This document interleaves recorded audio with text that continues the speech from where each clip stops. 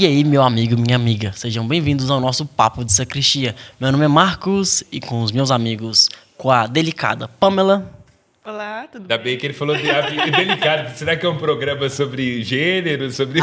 Ainda não. Minha amiga todos. Nosso indelicado Davi. Por que é delicado? Ai. Entendi. Contrapõe assim, ó. Nosso figurinha quase repetida, o Leandro. Olá. E nosso majestoso Padre Samuel. Olá. Estamos aqui para partilhar e compartilhar a vida com você. Majestoso. Tá com ciúme, Davi? Majestoso. Tá com ciúme? É esse ciúme. Ele é custoso. Cara, ciúme. Deixa o cara apresentar o programa, isso é o trabalho dele. Poxa, esse é o meu momento, tá? Enfim. Logo eu tô acostumado com gente puxar saco. Normal. Sou comissionado.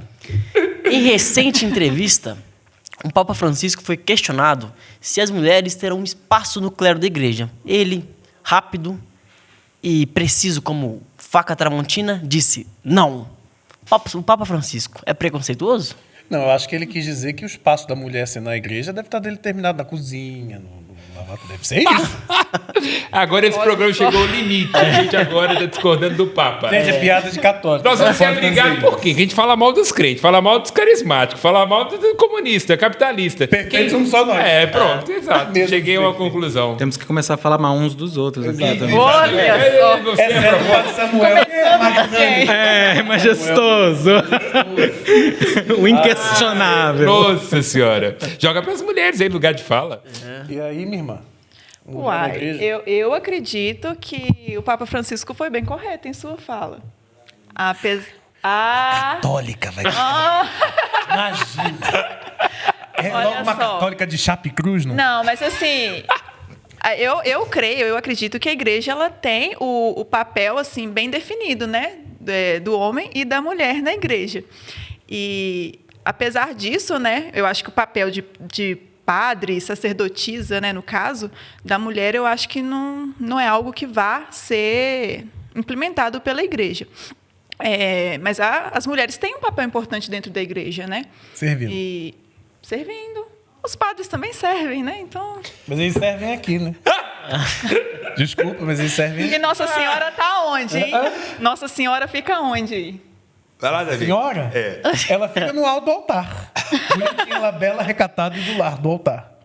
De vez em volta Eu acho que ela é a maior figura feminina que a gente tem depois de Jesus, é ela. Então, Então, você assim, querendo dizer que, na verdade, a dignidade dentro da igreja não está ligada à hierarquia, é isso que você quer dizer? Você pode ter uma grande dignidade, por exemplo, nesse ato do serviço, do amor e tudo. Sim, Entendi. sim, porque eu vejo que a mulher tem Agora eu vou pegar uma parte meio polêmica, mas enfim. Joga a polêmica aqui, a gente fala mal todo mundo. Mas eu acredito que a mulher vai ter um papel de serviço, de cuidado, mesmo mais pela questão do ser próprio da mulher, da natureza feminina e da natureza masculina. O homem tem um papel mais de pai, né? Então, a mulher, pai, porque o padre vem ali de pai, né? Então, para mim, não faz sentido. Vamos jogar para um teólogo, ele se vira. Ah, O mestre muito bem. em teologia. Coloca em fogo e deixa que Isso, exatamente. faça acontecer, E a né? igreja gosta de fogo, fumaça. Principalmente se estiver queimando a igreja. Exatamente. Não, eu acho que essa discussão ela já começa errada, assim, defeituosa, porque nós estamos fazendo uma discussão a respeito de lugares sem a perspectiva de que na comunidade de fé, dentro da perspectiva cristã, um lugar ou um cargo ou uma posição tem a ver com o serviço mesmo, né? Então, qual que é o grande problema para mim? O primeiro, né, defeito de fábrica dessa pergunta é considerar que lugares são mais ou menos dignos porque tem mais ou menos visibilidade, etc, etc, né? Talvez seja a primeira grande reflexão que a gente tenha que fazer, né? E isso não associado apenas às mulheres, né? Mas a gente pense, poxa, o sacerdote tem um ofício próprio que é dele, que não é próprio dos leigos, né? Isso faz dele mais digno do que os leigos, né? Ou o Papa, na sua posição de um bispo diferente dos demais bispos, mas ainda assim um bispo, faz dele mais digno do que os outros bispos, ou do que os padres, ou do que os leigos, ou do que as religiosas, ou do que das pessoas que não são católicas. Então, essa discussão sobre os lugares está muito relacionada à dignidade, que ao meu ver, empobrece essa discussão, né? Eu acho que é a primeira reflexão que a gente tem que fazer, né? E quando a gente pensa na história da igreja, com o passar do tempo, essas coisas foram se confundindo. Então, não é que a gente inventou isso. Isso, de fato, historicamente foi marcado assim, né? Alguns lugares foram colocados como mais excelentes do que outros, e a gente assumiu essa perspectiva, essa definição como verdadeira, né? Mas dentro da comunidade de fé, o maior é o que serve, né? Jesus disse isso. Vocês acham ainda que essa questão do sacerdócio feminino ele tá aberto, ou algo que não tem discussão, não tem que ser discutido, ou tem que ser igual o Papa mesmo, cortar e tchau? Bom, aí eu estou com o Papa, não sei vocês. Alguém lúcido nesse programa, Davi? Eu estou com o Papa. Não, mas olha, a respeito disso, é bom que a gente faça um adendo, que o Papa levantou essa questão a respeito da possibilidade das diaconisas, né? Foram 2 comissões de reflexão sobre isso em 2016, 2020, se eu não me engano. Isso mesmo. Né? Porque é uma figura presente na história do cristianismo, né? A possibilidade da diaconisa. Só que o que acontece a reflexão, ela demanda muitos elementos, porque aquilo que a igreja era no começo do cristianismo não é aquilo que a igreja se tornou na primeira parte da Idade Média, que depois não é aquilo que a igreja se tornou na segunda parte, tampouco na igreja moderna, e tampouco a igreja que nós vemos hoje sob o pontificado do Papa Francisco, né? Então, assim, eu acho que para começar essa discussão, é bom a gente entender que sacerdócio feminino, diaconato feminino, essas coisas têm que ser entendidas na profundidade do que significa sacerdócio, do que significa diaconato e do que significa ser mulher, né, dentro da narrativa cristã. Se a gente pega as grandes testemunhas da ressurreição, são sempre mulheres, né? Eu posso falar, por exemplo, no cristianismo, e aí eu faço vênias a essa crítica de que a mulher ocupa um lugar segundo, de fato, ocupou um lugar segundo no cristianismo, porque nós temos mulheres muito importantes na história do cristianismo e que não têm a importância que deveriam ter, né? Eu posso dar um exemplo, que foi objeto de estudo, né, da minha pós-graduação, que a gente fala dos padres do deserto, que são aqueles autores muito importantes que viveram entre o século zero, né? O século I e III, começo do IV, por ali, que foram homens muito importantes para o desenvolvimento da espiritualidade cristã, mas que tiveram mulheres muito importantes e mais importantes do que ele, né? Então, a gente fala, por exemplo, do Evagrio Pontico, que foi um autor super importante, sucessor de Orígenes ou seguidor de Orígenes. A vida dele foi marcada, assim, de maneira radical por uma mulher, né? E eu me lembro, assim, fazendo um pequeno, né, contando uma pequena história que na minha banca, né, de apresentação da dissertação, eu falei que a Melânia a Velha, né, que é o nome dela, Melânia a Velha. Olha que nome bonito, poeta. Que alcunha. Mas que ela influenciou o Evagrio para que ele continuasse na vida monástica. E aí eu disse na minha banca o seguinte, falei que a voz da Melânia para o Evagrio Pontico, ela tinha uma autoridade episcopal. E aí, um dos examinadores, quando foi me inquirir, ele falou assim, mas quando você diz que ela tem uma autoridade episcopal, você não está querendo transformar a Melânia num bispo e tirando o lugar dela de uma madre da igreja? Né? E aí, qual a reflexão que eu fiz? É que, na verdade, a compreensão de autoridade episcopal ali estava muito relacionada à figura do bispo como um homem e não à autoridade episcopal na esteira da autoridade dos apóstolos, da autoridade apostólica. Então, ela tinha uma palavra apostólica, né? Então, isso para dar um exemplo Quer só. dizer, não do ponto de vista de que ela teria um ministério, mas no sentido desta autoridade mesmo de ser ali uma comunicação de uma mensagem, de algo que é conforme o que o Espírito estivesse inspirando. O que legitima, por exemplo, o título de Santa Maria Madalena de apóstolo apostoloro. Sim. No sentido do ministério estrito, não, ela não é um dos 12 apóstolos, mas no sentido de a função apostólica de ir até eles anunciando a ressurreição, né? A partir do encontro que ela faz com o ressuscitado, ela é sim uma apóstola nesse sentido, né? De fato, coincide com a tradição da Se igreja. a gente vai pensar assim de frente para trás também, que eu gosto de pegar sempre de Achei que você ia falar de frente com o Gabi. Frente com o Davi aqui. Ele tá, inclusive, muito caladinho. Vai destilar veneno daqui a pouco ali, viu? Tá carregando Tem uma ali. gota de serpente, do veneno da serpente do paraíso que tá ali, entendeu? Ela fica ali. Uma imagem horrorosa de mim. Eu sou uma pessoa tão legal, tão comunicativa. Continua, Leandro, Mas guarda continue. seu veneno, deixa ele falar aí. Eu sei que tem coisa aí pra sair, eu sei que tem. É porque, se a gente parar para pensar, a igreja é majoritariamente feminina, né? E quando eu vou, por exemplo, assim, em alguns lugares falar com catequistas, é engraçado porque eu já recebo um convite para falar com o grupo das catequistas. Olha só que interessante.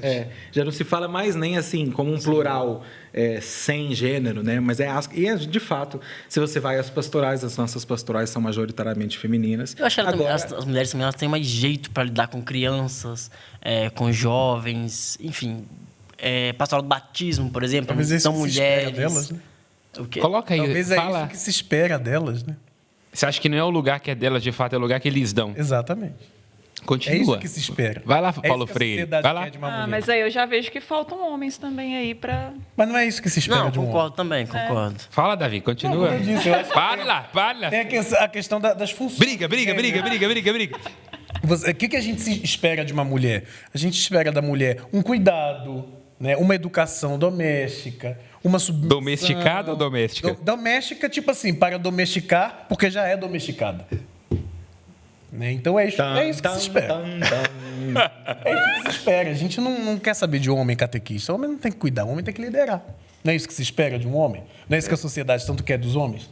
Tanto é que a mulher nunca vai ser papa. Não, e a igreja também, em muitas instâncias, pensa dessa forma também, né? Que não há capacidades relacionadas à natureza dos indivíduos para que uma mulher tenha lugar numa mesa de decisão, de tomada de decisão. Eu aproveitei a fala do teólogo e colocando, né, ainda há espaço nessa perspectiva, e também colocando a Pâmela na roda, para a gente pensar em natureza, no sentido assim, por exemplo, tem coisas que são naturalmente do homem, tem coisas que são naturalmente da mulher, porque eu penso, aqui colocando a crítica e abrindo, que esse é um grande ponto de divergência, né, do pensamento contemporâneo com relação à igreja. Será que nós podemos dizer, de fato, de coisas que são naturalmente masculinas e naturalmente femininas? Claro, o magistério e até mesmo a própria compreensão da clássica da doutrina dirão que sim, né? Mas como é que a gente pode pensar nisso, né? Tem uma natureza nessa perspectiva? Será que ainda tem? Eu acho que... Com mulher usando calça? A gente poderia...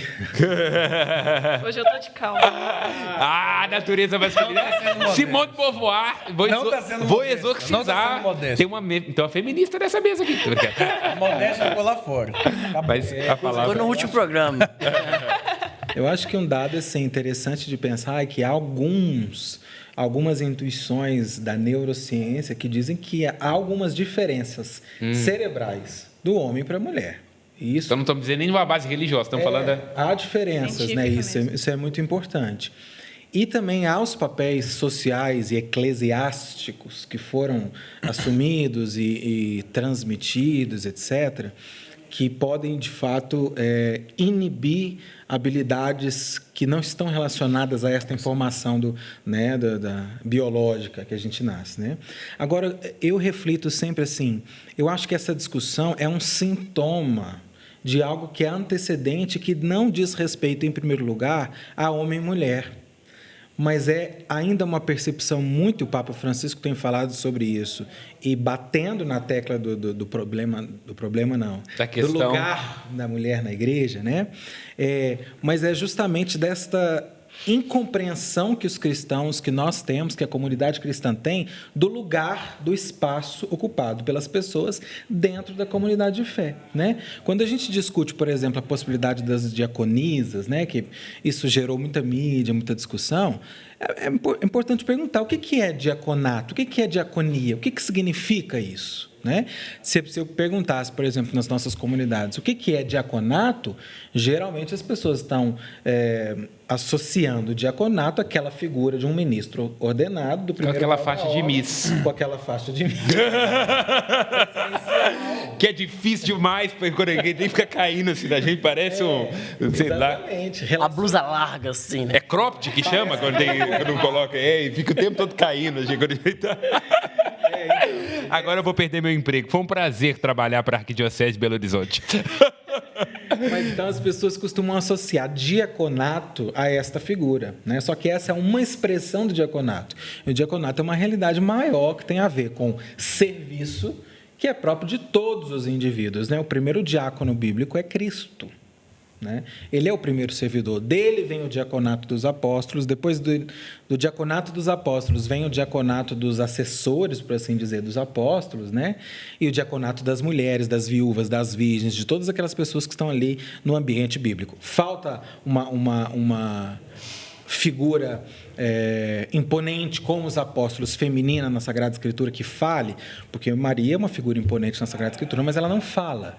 Né? Quem fala são os apóstolos, é Jesus quem fala. Poderíamos questionar, mas é importante entender que esses lugares estão, teologicamente, estão muito relacionados a entender que vida cristã é, em primeiro lugar, serviço. Né? Então poderíamos perguntar, por exemplo, antes de pensar, né, sacerdotes, sacerdotisas ou diaconisas, será que os nossos padres estão vivendo o seu lugar como deveriam?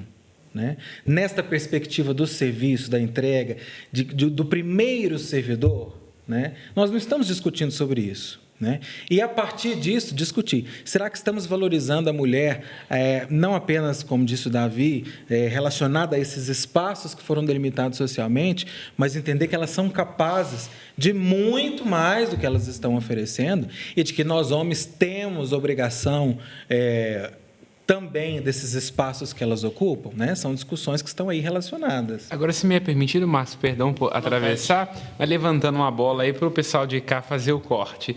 Não há uma culpa da igreja nessa perspectiva também, como historicamente? Acho que você já tangenciou isso, mas só para ficar mais claro, até para quem está nos acompanhando. No sentido assim, não há uma culpa também da igreja no sentido de que ela também não fez um exercício adequado desse lugar, até colocando uma perspectiva de uma excelência maior, quando você tem ali os graus da ordem, sobretudo quando você está falando de bispos, cardeais e por aí vai, né? Até antigamente, hoje é mais em desuso, né?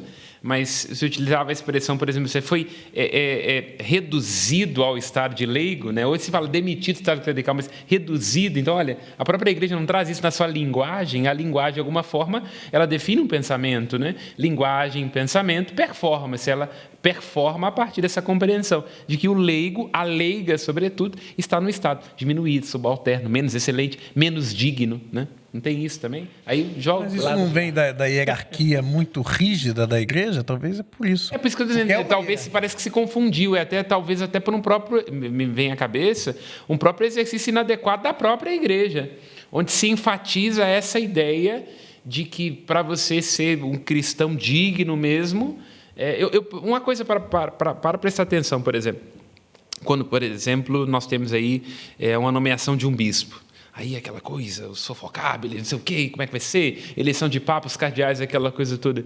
Gente, um batismo a nível da dignidade que é constituída é muito maior do que o episcopado. A graça concedida, já te dou a palavra, para uma criança, que ali, a partir daquele momento, é assumida, é adotada, participando da natureza divina, é muito maior. Mas eu não vejo na comunidade cristã esse mesmo frenesi, essa mesma consciência da grandeza. É o que Agostinho disse, quando ele é escolhido bispo, né? Preocupa-me o que eu sou para vós, alegra-me o que eu sou convosco. Então, a dignidade de um cristão batizado, no sentido assim, da graça que se opera ali, é muito maior do que o que se estabelece, não obstante toda a importância, quando alguém é ordenado bispo. Mas, na prática, a gente não vê a mesma alegria, a mesma festividade, a mesma consciência. Né? Acho que é uma culpa da igreja também, nessa perspectiva. Sim, eu concordo nessa parte, porque o leigo ele é a base, ele é o que sustenta ali, né? Tem a razão de ser. É a família. Então, da família que vai surgir um padre, da família que vai surgir, né? Então, eu acredito que faz muito sentido pontuar isso, que eu também vejo como vou falar mesmo, uma falha da igreja de não dar essa devida importância para o comum. O comum é o que vai, né? Como é que eu posso dizer? Mas o comum ainda está na base da cadeia, né? Mas a base é que Na base, mas quando eu falo na base é do... Porque do sentido o clero Ela em tá- si ela é tá- a minoria, né? Ela está dizendo base no sentido da razão de ser. Você está pensando na categoria proletária. Exatamente, na base. Você dali, você não consegue... É do chão da fábrica. sempre puxando ali Sabe? pro lado da esquerda. O chão da fábrica. E somente os homens têm acesso a todos os outros graus. Ao topo Ao topo, né? da cadeia alimentar. Daí, inclusive, o nome Mas aí- episcopo, né? Quer dizer, é aquela ideia dessa águia, que é como lembra Ariano Suassuna, que paira sobre nós, né? Mas aí vai depender de qual figura masculina a gente está falando, né? Porque por trás de um grande homem há sempre uma grande mulher. Tá vendo aí? Filosófico. Fazendo o que essa mulher, Davi? Hã? O que essa mulher tá fazendo atrás do grande Tirando a homem? carteira do homem. Com certeza, pegando todos os cartões. Ai, ai. E, inclusive, gastando melhor, boa parte das vezes.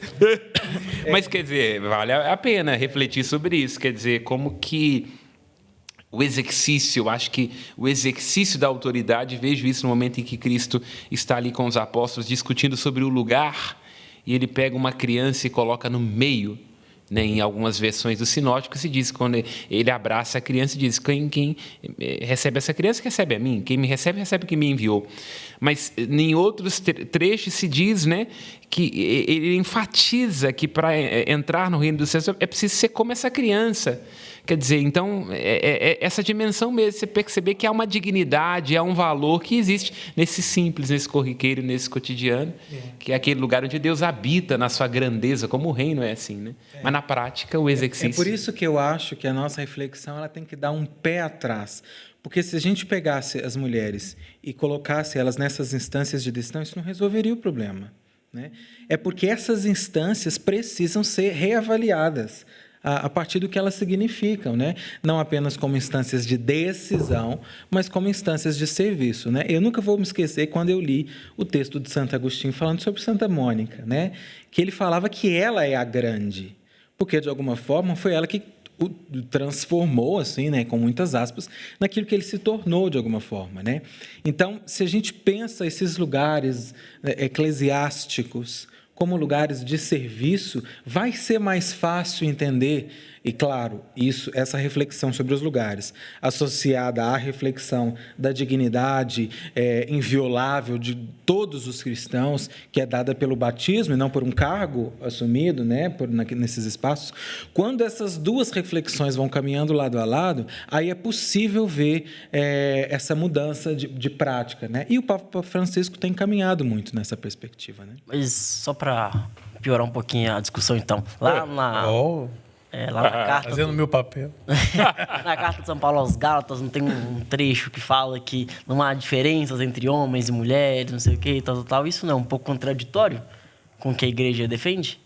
Gênero fluido? O problema é pegar... Aí tá o problema de pegar um versículo aí e querer, né? Dá uma de evangélico, pega uma parte Isso que o contextualizada. Marx colocou é uma base, por exemplo, quando os anglicanos, né, por exemplo, já a partir aí das últimas décadas, 2004, se eu não me engano, depois 10 anos depois, 2014, né, primeiro dando a possibilidade de diaconisas, mulheres, e depois dando a possibilidade de episcopisas, né? Então, quer dizer, é justamente nessa perspectiva que é a interpretação deles, né? Na verdade, a episcopisa é, na verdade, quem lidera a igreja anglicana no Brasil, não só a igreja anglicana, mas como a igreja protestante, é uma mulher. uma mulher. São mulheres. Aquele povo que assina a campanha da fraternidade, é? Brincadeira. Brincadeira. Tá no Conic? Entendi. Essa leitura do texto bíblico, a ênfase não é a distinção entre os sexos, né, entre os gêneros, porque há outras distinções aí também que estão relacionadas. É porque a salvação proposta neste texto abarca justamente todas essas diferenças e elas não são relevantes em relação à perspectiva da salvação, né? Não há gregos, não há escravos, não há livres, né? A salvação é não binária. Não. É não binária a salvação. É não binária. É por isso que eu sou católica, tem todo um contexto por trás. Não tem como.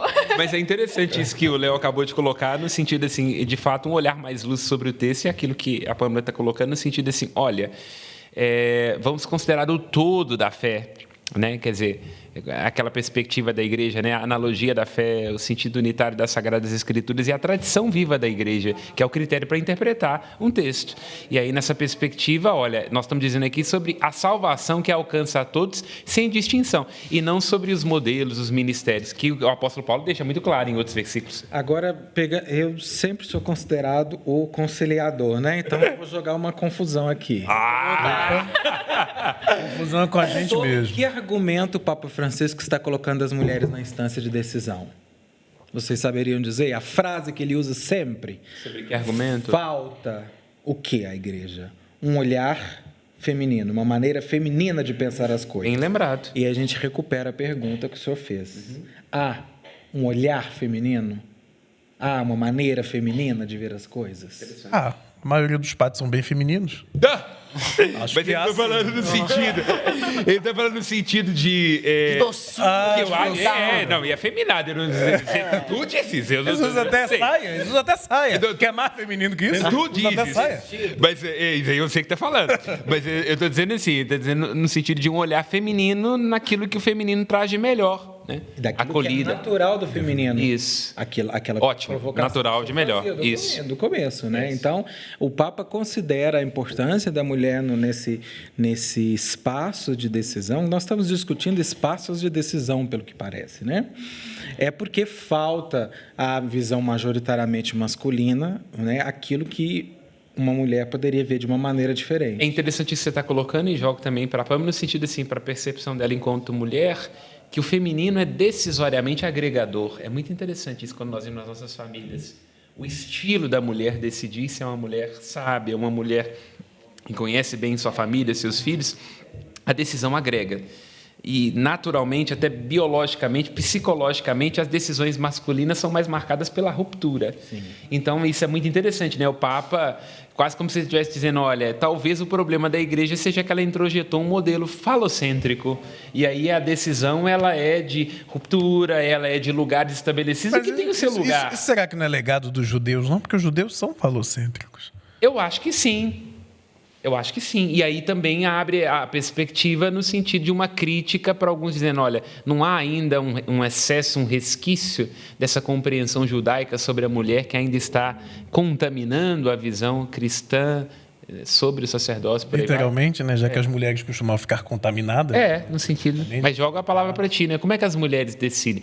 Assim, as mulheres, pelo menos idealmente, né? Porque eu lembro da Madeleine Albright, né? Que dizia assim, deve haver um lugar reservado no inferno para as mulheres que não se ajudam.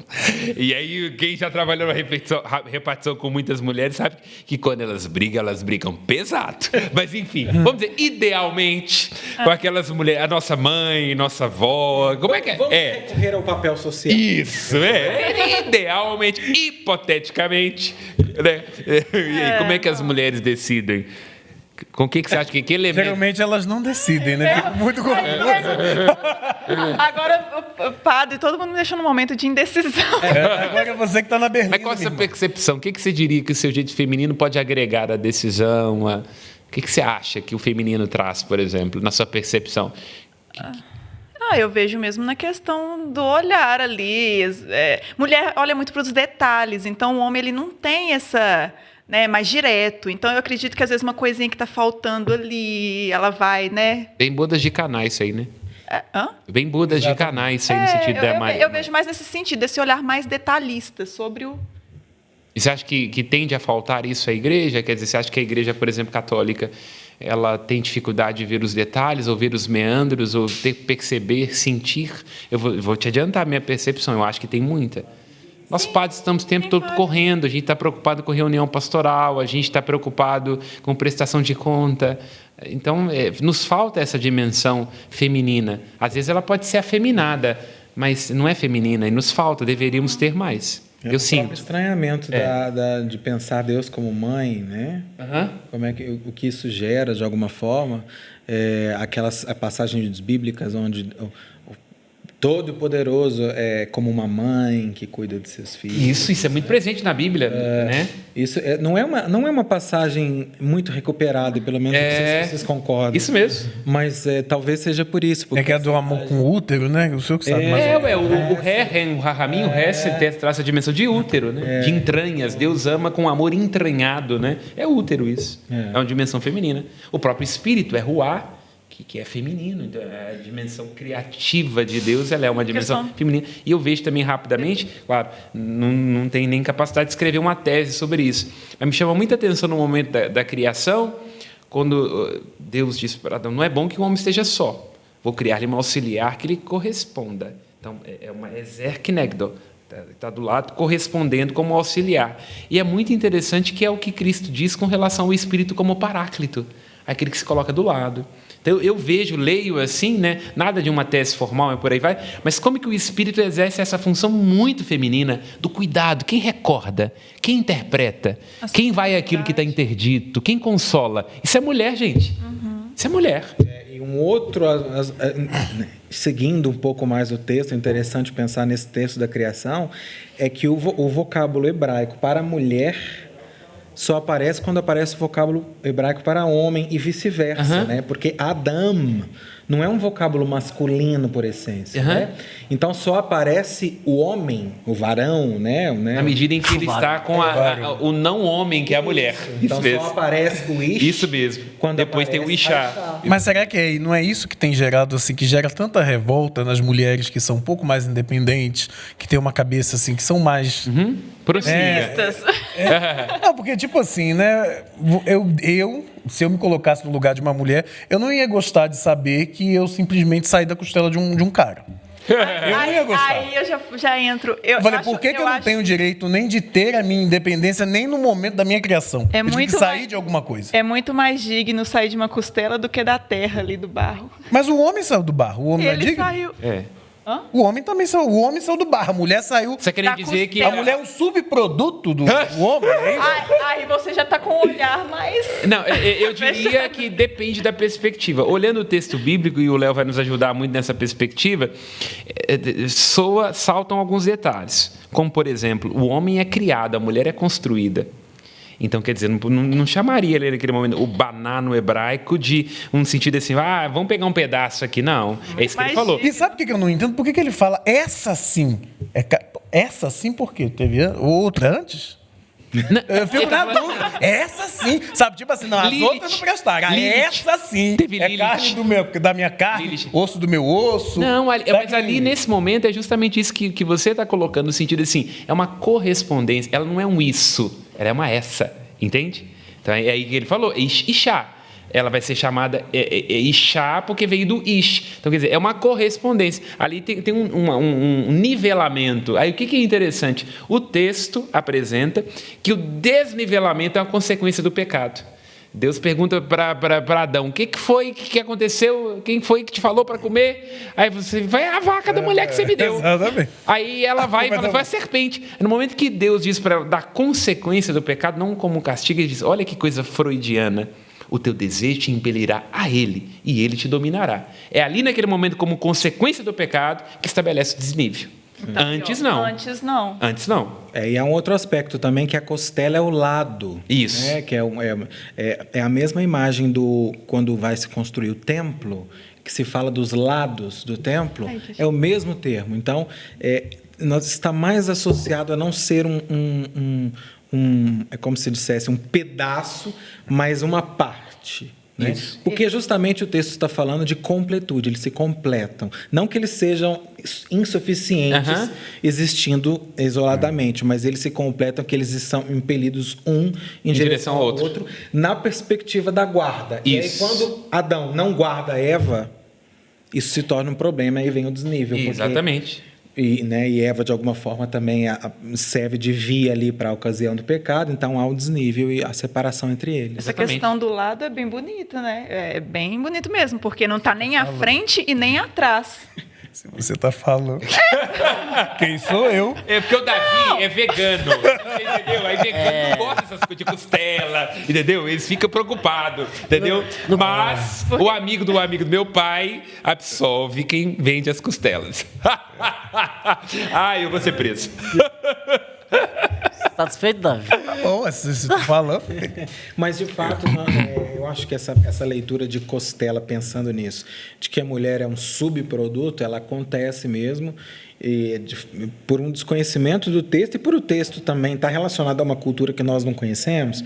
Então, ter acesso a essa informação que está ali tão subscrita no texto é muito difícil. E aí, conciliando, né? Tentando conciliar a mesa. Bem Bento XVI.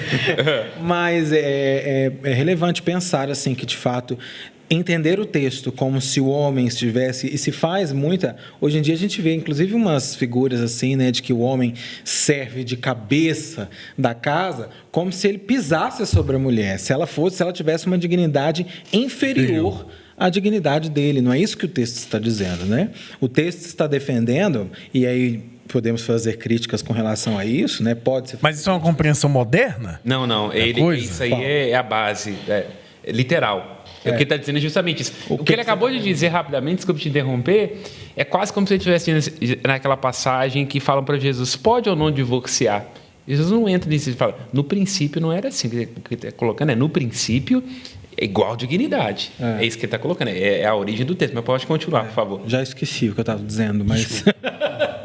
Não, você estava explicando justamente nessa perspectiva, né, de que nós, não obstante, por falta de referenciais exegéticos, de compreender a hermenêutica do texto, a gente tem uma interpretação. Mas quando nós vamos à base, a gente vê que há fundamento para compreender essa complementariedade, né? Ficou claro? Nós fazemos crítica de fato, assim, a como historicamente a mulher foi colocada num lugar inferior, né? Agora, por exemplo, a gente fala como isso ecoa até hoje.